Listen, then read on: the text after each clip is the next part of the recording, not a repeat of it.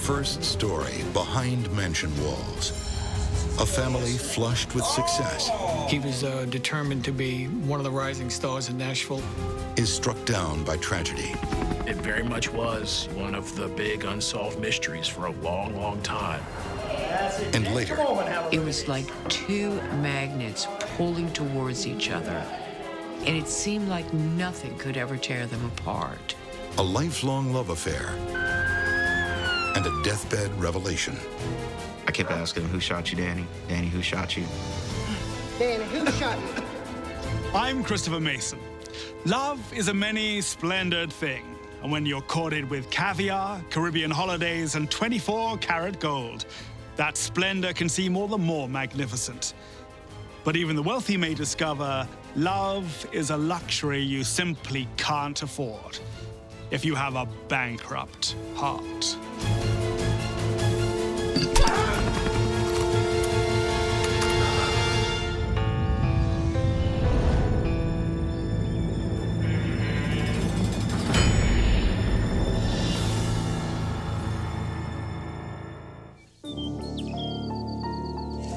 In a grand Nashville mansion, a prominent family gathers for the birthday of their cherished son and grandson. But there's a pall over today's party. The birthday boy's mother isn't here. People disappear all the time, but this one sort of made a lot of waves. She left on vacation 10 days ago, and no one's heard from her since. I think the feeling was, from the very beginning, that something bad had happened to Janet.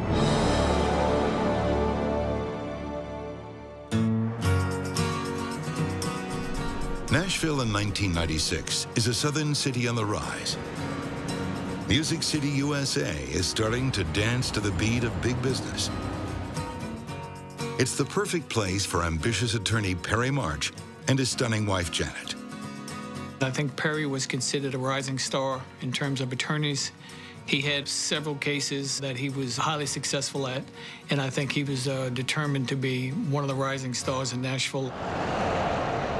And they live amongst the stars in affluent Forest Hills, a favorite hideaway for country music singers. The Marches aren't hiding their wealth. They build a 5,000 square foot mansion. They built a beautiful dream home that Janet had designed herself. Janet's artistic flair goes way beyond designing her dream palace. She's also an established artist and illustrator. Janet Levine fell in love with Perry March in college in Michigan. The couple marries and settles back in her hometown in Tennessee. That's a good thing. No, it's interesting. Makes it Moving to the Deep South is a move up the social ladder for Chicago-born Perry. He's tapped into one of Nashville's most influential families. Among the Jewish community here in Nashville, I think they sort of carry a lot of weight. Janet's father, Larry, is a heavy hitter in the legal fraternity. He's a prominent attorney and a very well-respected one. Larry wants his son-in-law to follow in his footsteps, paying Perry's way through a prestigious law school. He treated Perry as his own son, and he took care of him financially. He helped him go through Vanderbilt Law School, and they were a very close-knit family, and they loved him just like they would their son. In late August 1996, Janet's parents arrive at the March mansion for their grandson's birthday party.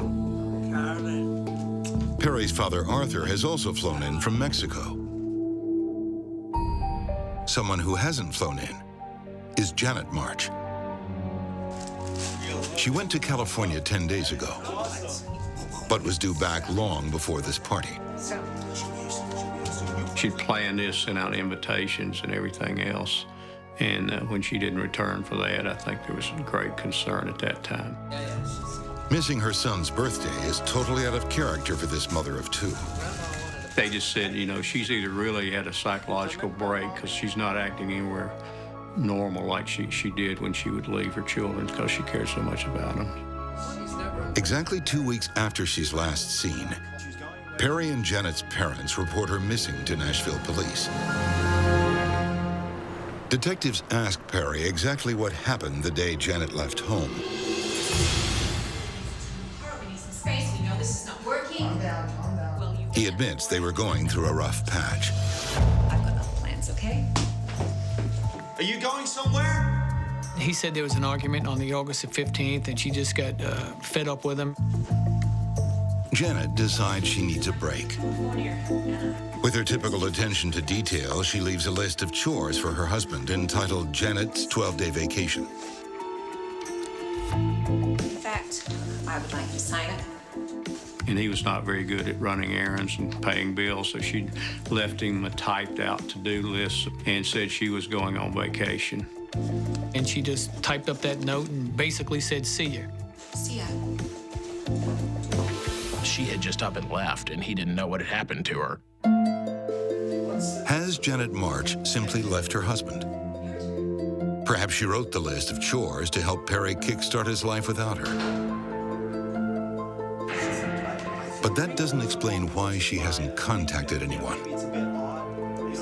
She had a very good relationship with the mom, and they would speak every single day. A week later, investigators catch their first break.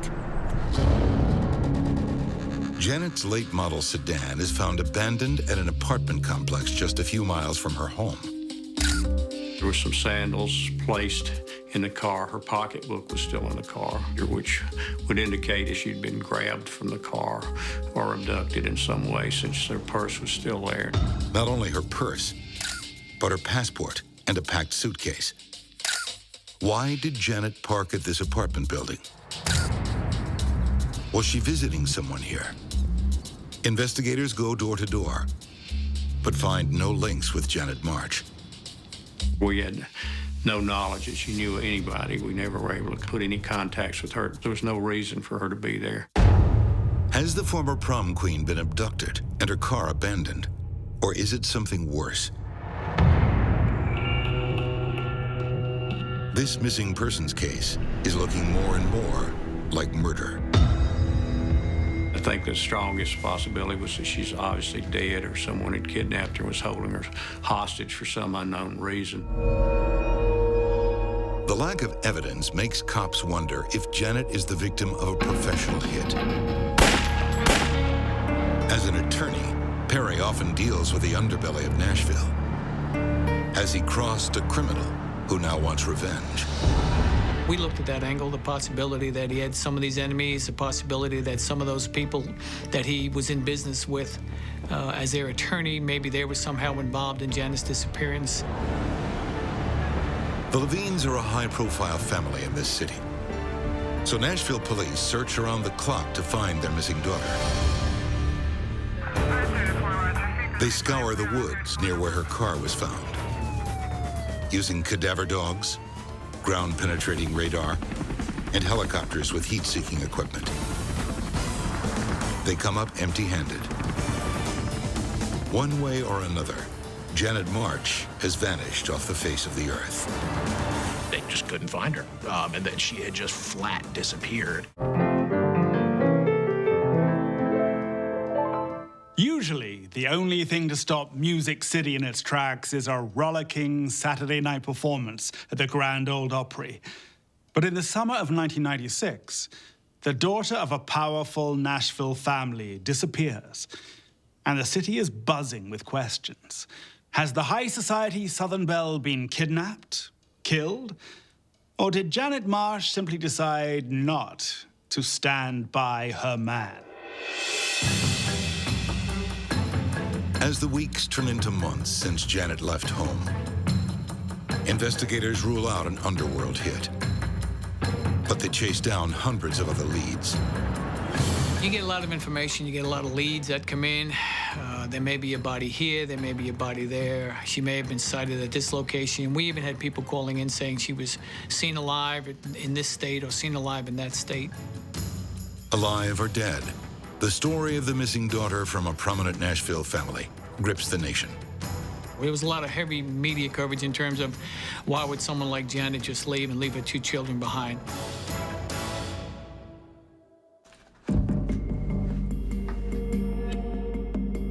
But investigators know the odds of finding Janet alive are getting slimmer with each passing day. The fact that she could have just taken off on her own with no financial help from anybody and been living somewhere was very remote at the time.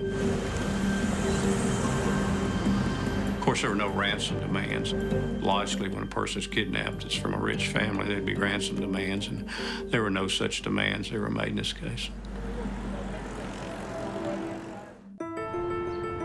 4 years after her disappearance, a Tennessee court declares Janet March legally dead. The mystery is shelved for another 2 years.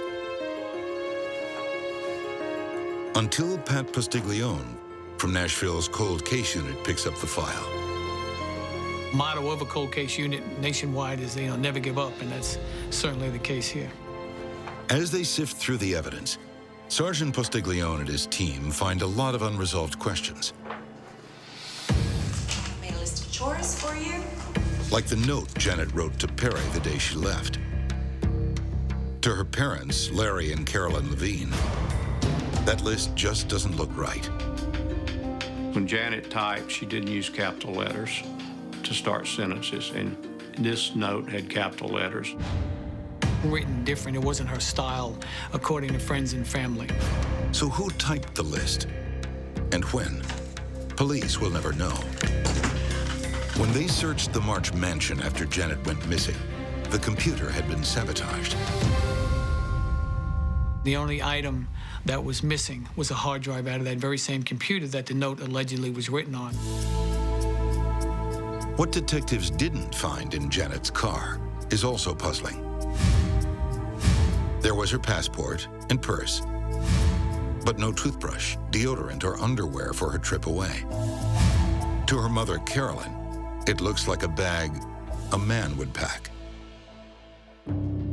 Perry might be able to shed some light on it, but he's not here. The grieving husband has moved to Mexico with their 2 children.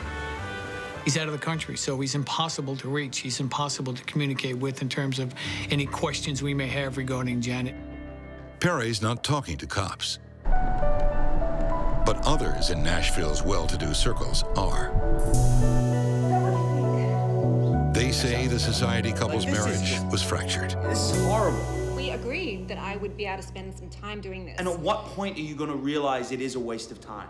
It sounds as if they, sort of had a stormy relationship, sort of from the get-go. You okay? No. By the summer of 1996, Always waiting for you. the cracks in their relationship were growing too big to fix. Janet had started planning a divorce. I've got other plans, okay? Well, what are the plans? Are you going somewhere? She was supposed to meet with a divorce attorney actually the very next day, August 16th, 1996. The day after his wife disappeared. Then, a check of Perry's past employers unearths a scandalous secret. Back in 1991, the prosperous attorney was fired from his law firm for sending sexually explicit notes to an attractive intern. There was this very attractive paralegal that worked close by him, and she started getting these letters from this mystery person, with very sexually explicit type letters explaining what he would like to do. The law firm catches Perry red-handed, using hidden cameras. And he was accused of and actually videotaped writing letters with sexual content to a particular intern. They caught Perry actually doing it, so he agreed for some sort of money compensation, possibly $30,000. Perry apologizes and agrees to pay the compensation in installments. But his remorse doesn't stop him from frequenting Nashville's gentlemen's clubs. That sort of behavior doesn't go unnoticed in the buckle of the Bible Belt. Plenty of people were very free with their remarks about his past and prior bad acts. It looks like the high-profile lawyer enjoyed a lowbrow second life. And he's quite arrogant to, a sort of staggering degree. Very often convinced that he's the smartest person in the room. Perry never told his wife why he left his previous job. But cops believe Janet discovered the steamy letters this from me all this time. I knew it. I knew it. And on August 15th, 1996, she confronts her husband about his shameful secret. I think she confronted him with that on the 15th. Of course, she was going to see her attorney on the 16th. Was the couple's argument that night more violent than Perry claimed? That still doesn't explain why Janet's car was left abandoned miles from their home. Until a witness comes forward, telling police he saw a man near Janet's abandoned car the night she disappeared.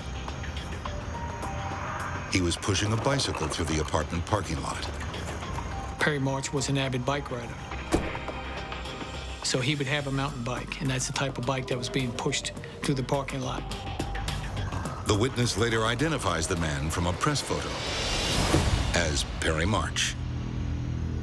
That was an extraordinary break in the case when this person came forward. In December 2004, Perry March is indicted for second-degree murder. But without a body and the smoking gun of hard forensic evidence, detectives are running on gut instinct. It was a purely circumstantial case. We haven't heard from her in days, you know. It's not like... Not only is he under suspicion for murder, Perry's in-laws have been carrying out their own investigation. They say Perry March had skimmed off more than $20,000 in legal fees when he worked at Larry Levine's blue-chip law practice. So he's basically siphoning money from the Levine law firm that they were entitled to. No. First, they have to get him out of Mexico. It takes another 8 months. But Perry March is finally extradited back to the U.S. on an unrelated charge. And there were some problems with his visa. So at that time, the FBI was able to hire some people who just grabbed Perry off the street.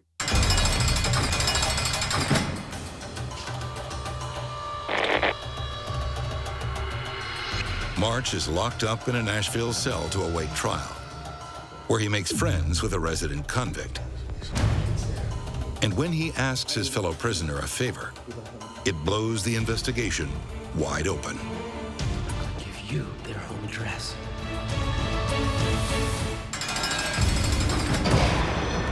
Behind prison walls in Nashville, 2 inmates are hatching a plan. Well-to-do attorney Perry March has been arrested for murdering his wife, Janet. As he awaits trial from behind bars, Perry makes a deal with a fellow prisoner. I'm gonna give you their home address. Perry will post the inmate's $300,000 bond. In return, Perry wants a small favor. Perry actually tried to recruit him to kill his in-laws. He's wanting me to get out and kill the Levines. The Levines had always treated Perry like a son. Now he's planning to sacrifice them both to save his own skin. In Perry's mind, he felt if his in-laws were killed, they would increase his chances of being acquitted at the murder trial. But Perry's picked the wrong guy. This con has already snitched to the cops. And now he's wearing a wire and recording every word of their deal. We got a lot of very damning tapes on Mr. March giving exact instructions on how to kill the Levines, where they lived. Why would somebody who didn't kill his wife, why in the world would he want to kill their parents? So you would have that additional evidence on top of what we already had. So in my mind, that sealed the deal right there. The snitch also allows detectives to record his phone calls. And they reveal another player in this murder plot. Perry's father, Arthur March, living down in Mexico. Hello? Is this Colonel? Yes, you just tell me what you want, how you want it done, and it'll get done.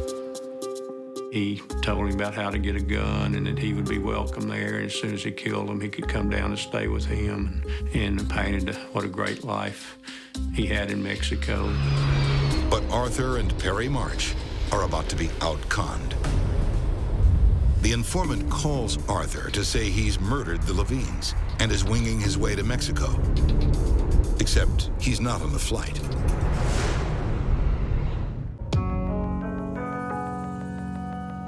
They staged a release where they transferred him to another facility so that Perry's father, Arthur, would be under the impression that he had been out, and Perry would be under the impression that he was no longer incarcerated.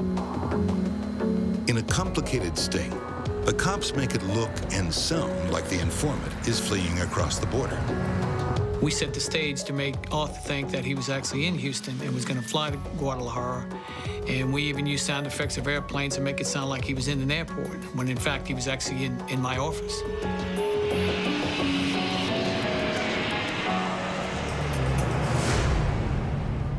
Sure enough, Arthur went to the airport to pick him up, and we had the FBI at the airport waiting for Arthur.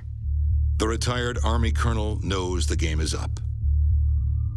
In return for a reduced sentence, Arthur March agrees to testify against his son. In August 2006, almost a decade to the day since she disappeared, Perry goes on trial for his wife Janet's murder. You know, people all over the country were either watching it on the internet or it was done live here.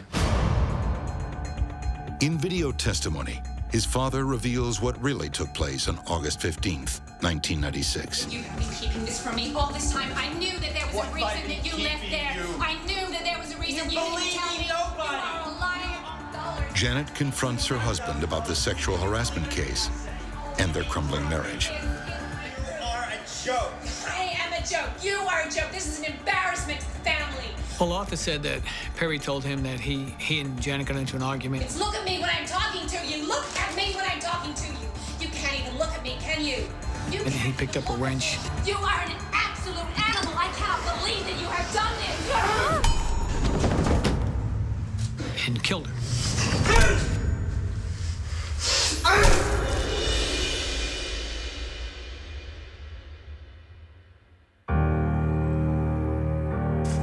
Perry hurriedly cleans up the murder scene. He wraps his wife's body in a trash bag and buries it in a nearby vacant lot.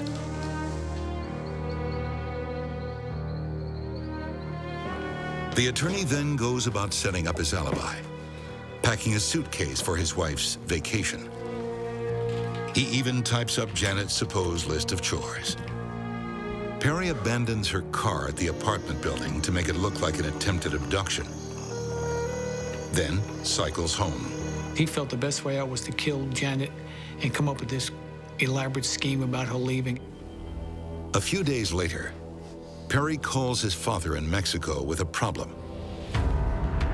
The problem is the spot he buried his wife's body. It's about to become a construction site, and he's worried Janet will be unearthed. He needs his father's help to move the body. Arthur agrees to help. They found the body based on Perry's instructions. He took the body down, they put it in the trunk of their Volvo. They drove up to Kentucky. Arthur reburies Janet's body 60 miles away in a brush pile. Arthur gave us all the information. He even took us up to areas in Kentucky and tried to show us the best he could to where he thought he put Janet's body. But a decade later, Arthur can't remember exactly where he buried the body. And police never find Janet March.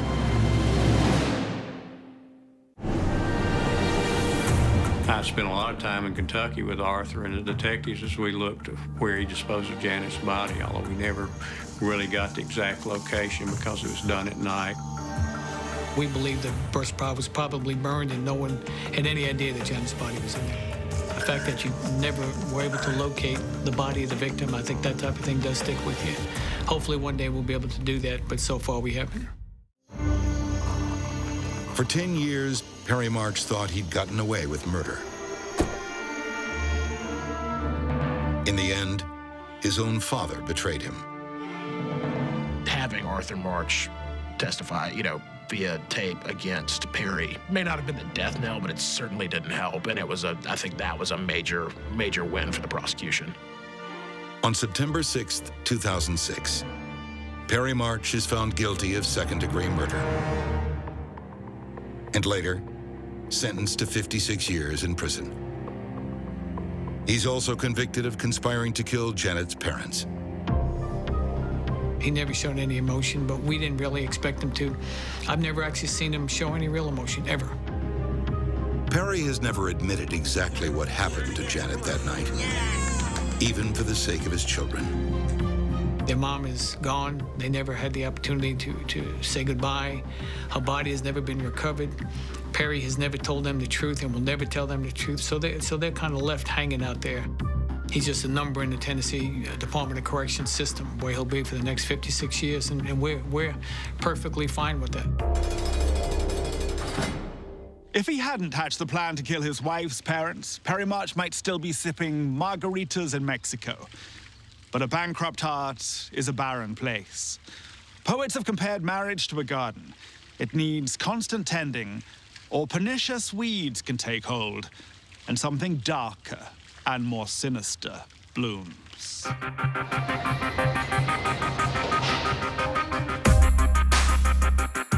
When you've made it big in Texas, you drive a big car, boast an extensive gun collection, and live in a home of Ben-Hur proportions. You also expect a garden fit for a king. For Danny and Charlene Hill, trimming the hedges of Houston's high-class homes has turned their gardening business into a veritable money tree. Their landscaping business was very successful. In fact, they were bringing in millions. But it wasn't always this easy. Charlene and Danny did not have a lot when they first got married, but they were both determined and hard workers. And before you knew it, they were building up a fortune. By the early 2000s, the Hills have left Struggle Street for a mansion on the boulevards of upscale Pecan Grove. They lived in a nice part of town. They drove nice cars. They had nice furniture. That's it, Jane. Come on. And very nice guns. Danny Hill spends much of his hard-earned wealth on weapons.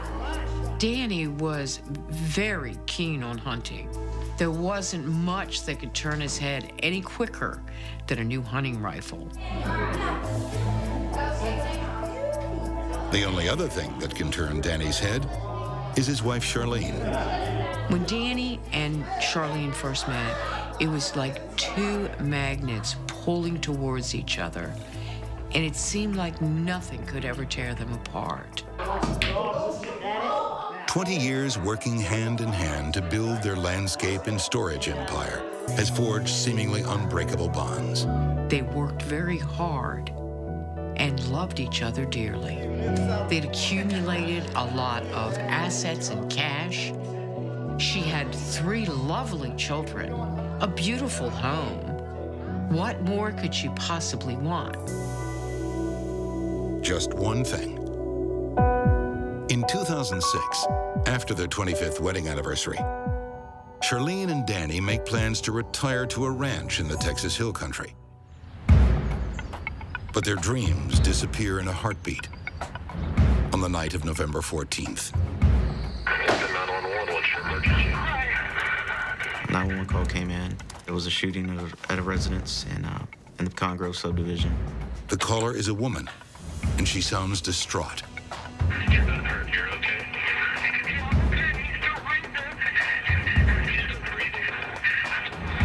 Fort Bend County Sheriff's Deputy Jose Trevino races to the Hills Pecan Grove mansion.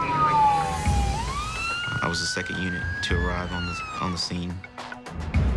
Trevino heads upstairs to the master bedroom to find Danny Hill lying in a pool of blood. I could tell he was in pain. He had blood in his shirt. I couldn't see where he was shot, just in the stomach area. Danny has been shot 3 times. As emergency crews battle to save his life, Danny is still conscious. Deputy Trevino makes a split-second decision. And I asked him several times, "Who shot you, Danny?" Danny, who shot you? Behind his oxygen mask, the dying man struggles to talk. Get that mask off, please, ma'am. I need to talk to you. Danny, who shot you? Danny, who shot you? Who shot you? Who shot you?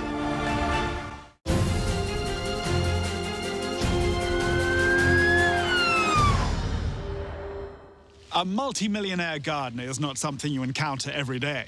Texan tree trimmer Danny Hill has been prospering mightily with his own version of a hedge fund. But 3 bullets have put an end to all that. As his life ebbs away, Danny is desperately trying to tell cops who shot him. Should be an open and shut case. Except in Texas, everything is usually bigger, including the truth. Please, please, please. In the Pecan Grove mansion, paramedics are losing the battle to save Danny's life. EMS was already on location as well. They were working on Danny inside the bedroom. They had an oxygen mask on him. As I was going into the residence, I activated my recorder. It was an audio cassette recorder. As police standard procedure, the Fort Bend County deputy records the scene. Danny, who shot you? Danny, who shot you? And Danny Hill identified his shooter that night there in the bedroom where he was shot, and it was captured on tape. Who shot you? Who shot you? I kept asking him, who shot you, Danny? Danny, who shot you? Danny, who shot you? So I asked EMS to remove the mask. Take it off. Who shot me? Who shot you? Who shot you? Who shot you, Danny? Danny, who shot you? Danny's reply is barely a whisper. My wife. And I asked him again, I said, Danny, your wife shot you? And he nodded yes. Danny, your wife shot you.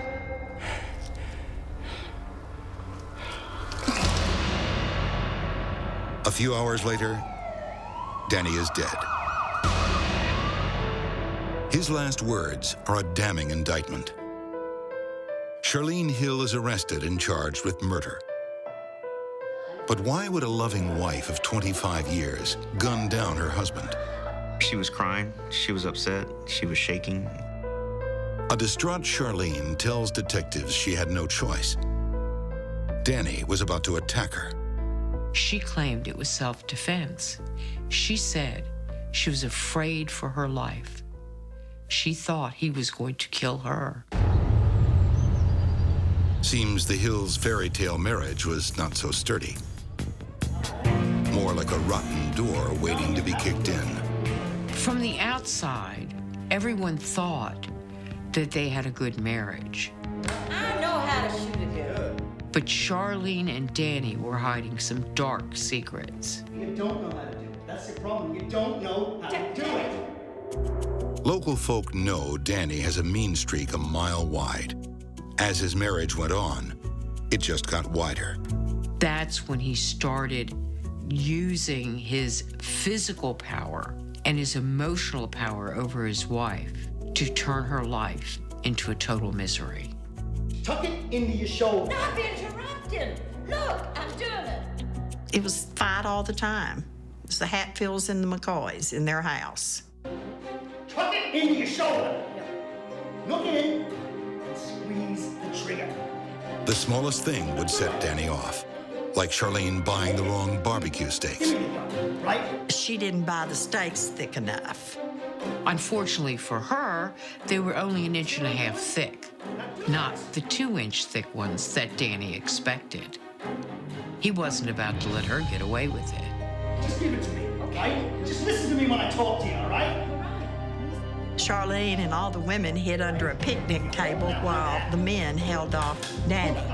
Even their friends saw a lot of the violence that he was capable of. You want to know what to do? You think this is a game? You think this is a toy? The petite mother of 3 is no match for her 6'3" husband. Charlene says she's endured years of mental and physical abuse. She would run into the bathroom and lock the door, and he would come in there and rape her. And he was telling one friend that he thought she liked it. Despite a litany of 911 calls and hospital visits over the years, Charlene refuses to press charges. Like many battered women, she was told that if she left, he would kill her. He would find her and he would kill her. And she believed he could do it. What strip you holding in my shoes? But what was even worse, he threatened to kill her children. And to protect their lives, she wasn't about to leave.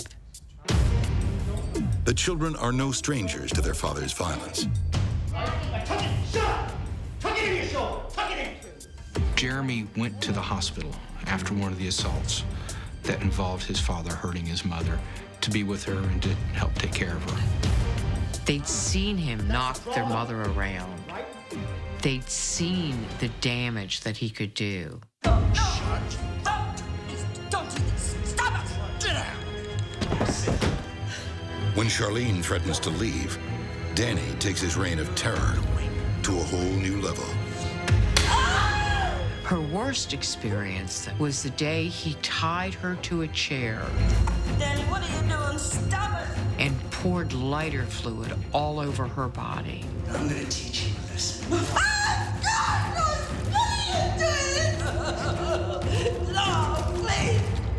He stood there with a lighter, taunting her, telling her, if you ever leave me, I will kill you and I will kill your children.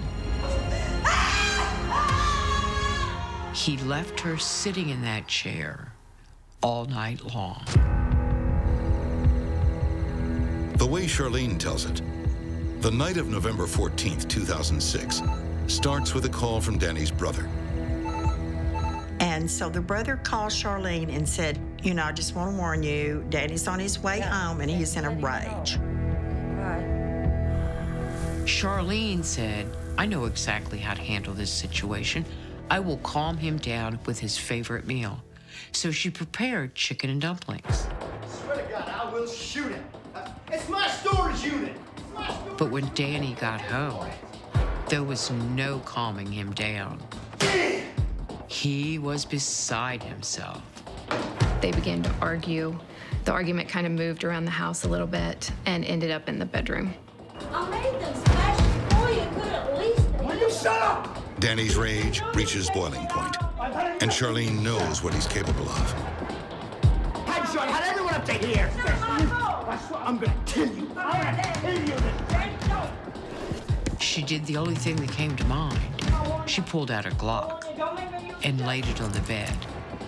She said, just stay away from me. Don't make me use this. Don't make me use this. We're gonna have a shootout now, is it? Is that it? Even without a gun, she thinks Danny is a lethal weapon. According to Charlene, that's when he started moving towards her. He was the biggest, he was the baddest. He figured at any shootout he'd win. He didn't count on Charlene firing first.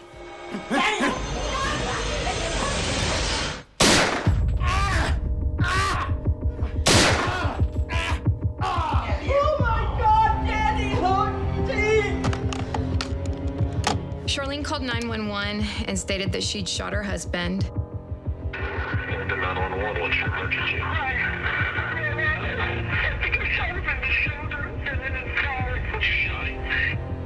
The police analyzed the case at first, and to them it seemed obvious.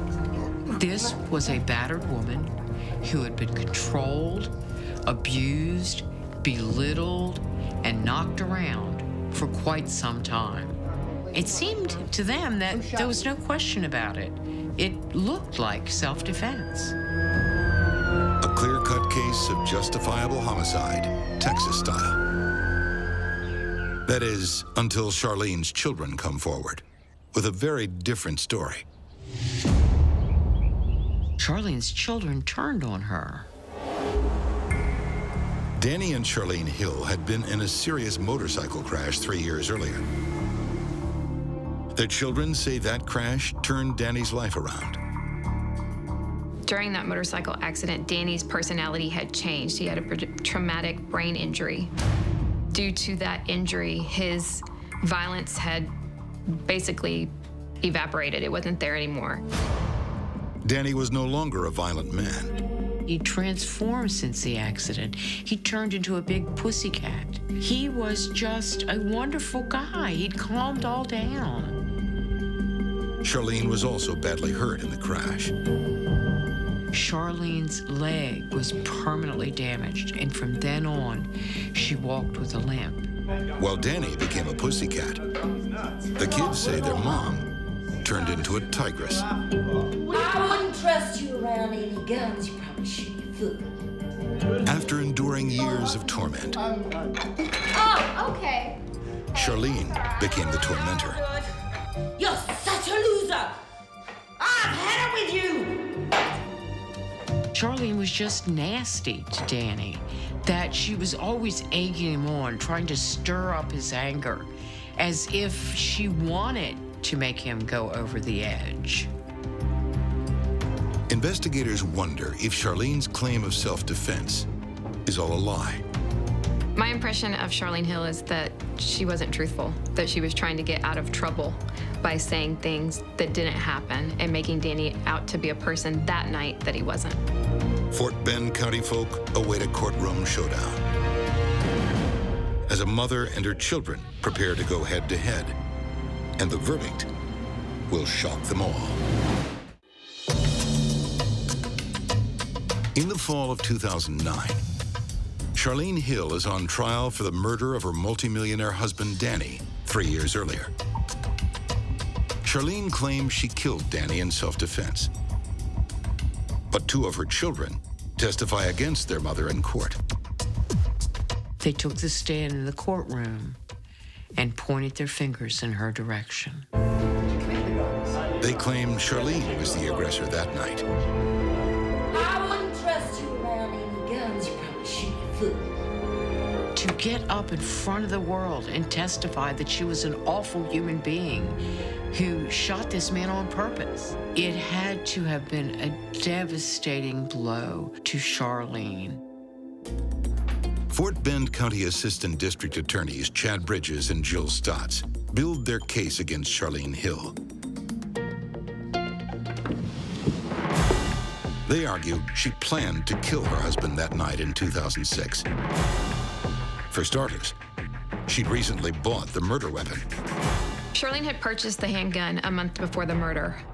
The prosecution believes Danny's death wasn't triggered by abuse, but by greed. When she bought the gun, Charlene transferred a big chunk of cash into her own coffers. She moved $1 million out of a joint account and into her personal account. But in the end, prosecutors say it's the bullets that mattered. Forensic testing shatters Charlene's story of self-defense. She stated that Danny was coming at her when she shot him. The forensics showed that that couldn't have been the case. They don't indicate that he was coming straight at her. They indicate he was walking away.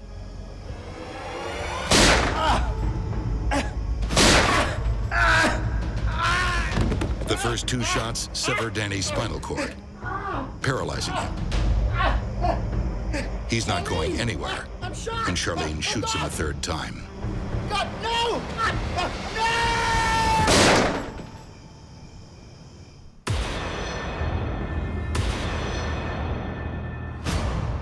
And they said the way it entered the body was indicative of the fact that he was down on the ground and Charlene stood over top of him and fired.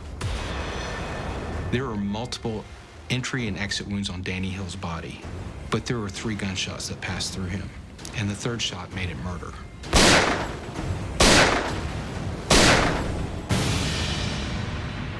But is it enough to convince a jury? After deliberating for 2 days, the jury is deadlocked, 11-1. I'm gonna teach you this. A lone juror can't get past Danny's history of domestic abuse. They said they were not going to be able to reach a decision. Finally, the judge declared a mistrial. 2 years later, in 2011, Charlene Hill is tried a 2nd time. But the jury was out for a couple of days and still no decision. The prosecutors were worried it was going to end in a mistrial again. So the prosecutors offer Charlene a remarkable deal. If she pleads guilty to murder, she'll get a 10-year deferred sentence, probation, and a fine. But she won't have to spend a day in prison. We did that because we believed that was the appropriate sentence for her. Given her history, the fact that Danny probably had been abusive towards her in the past. It was a difficult decision for Charlene, but her freedom was in the balance, and she did it. Just as the deal is struck, word comes back from the jury. They've reached a verdict. And the judge had a choice to make. Did he let them come into the courtroom and deliver their verdict, or did he just accept the deal? He went with the deal. The jury had found her guilty. And Charlene, by the breadth of a hair, escaped conviction and prison time. The guilty verdict would have meant a mandatory jail term. Charlene Hill has just escaped anything from 5 years to life behind bars. And she was free to lead her life on the outside. There's one catch. Charlene must admit to murder. She had to get up in front of the judge and admit that this was not self-defense, in addition to pleading guilty. Fort Bend County locals like Bev Carter believe Texas justice has been served. To be real honest, probably it was a fair result because she should have killed him 20 years ago. She should have hit him on the head with a skillet. There is no perfect solution to these cases. There is nothing that can bring those kids' father back. There is nothing that can undo all the history that had occurred up to that night, the good, the bad, or any of it. But we did the best we could to come to a just conclusion. Charlene Hill might now be free to enjoy her husband's multi-million-dollar estate. But if she ever claims self-defense, she could find herself behind bars for the rest of her life. With hearts devoid of love and eyes keenly focused on the money, these killers viewed their loved ones as liabilities. Perry March murdered his wife to maintain his place in polite Southern society. And Charlene Hill thought a shootout would solve her marital woes. Till Death Us Do Part takes on a whole new meaning for a lover with a bankrupt heart. Till next we meet behind mansion walls, I'm Christopher Mason.